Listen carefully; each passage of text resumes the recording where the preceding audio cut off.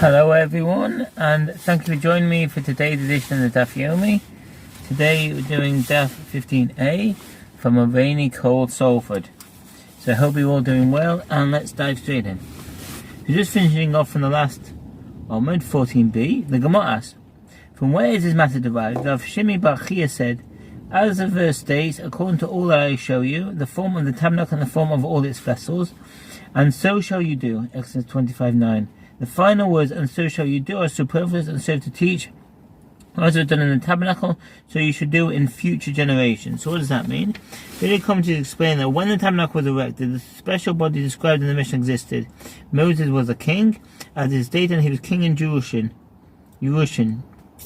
Deuteronomy 33:5, as well as being a prophet. He was accompanied by Aaron the high priest, that had Sanhedrin and Urim Tumim. Rashi writes that the Mishnah's requirement of the loaves of the thanks offering are not derived from the erecting of the tabernacle, but rather from what is reported in the book of Nehemiah.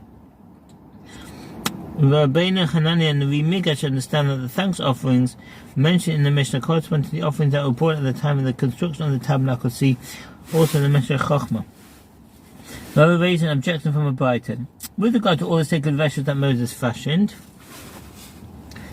all the sacred vessels fashioned by Moshe in the wilderness were consecrated by being anointed with the anointing oil. This was not done in the later generations. Rather, all the temple vessels became consecrated when they were used for their intended service in the temple. Rambam Sefer Vod Hilchot Kli HaMikdash 1:12. From that point forward, in the generation after Moses, new vessels do not require atonement to be consecrated. Rather, their use in the temple service initiates them and renders them fit for use. Rabbi clarifies the objection, but why is this so?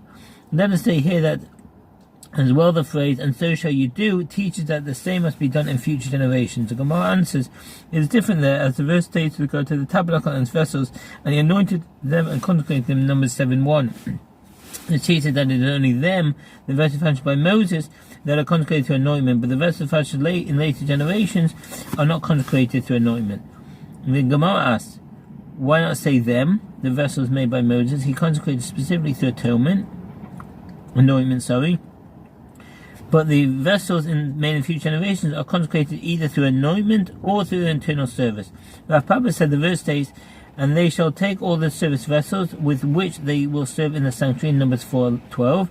The tense, they will serve, indicates that the verse referring to future vessels, and the verses make them dependent upon service. That is to say, the anointment endows the vessels with inherent sanctity, in addition to sanctity that inheres in the value of a consecrated item, so that they themselves are holy.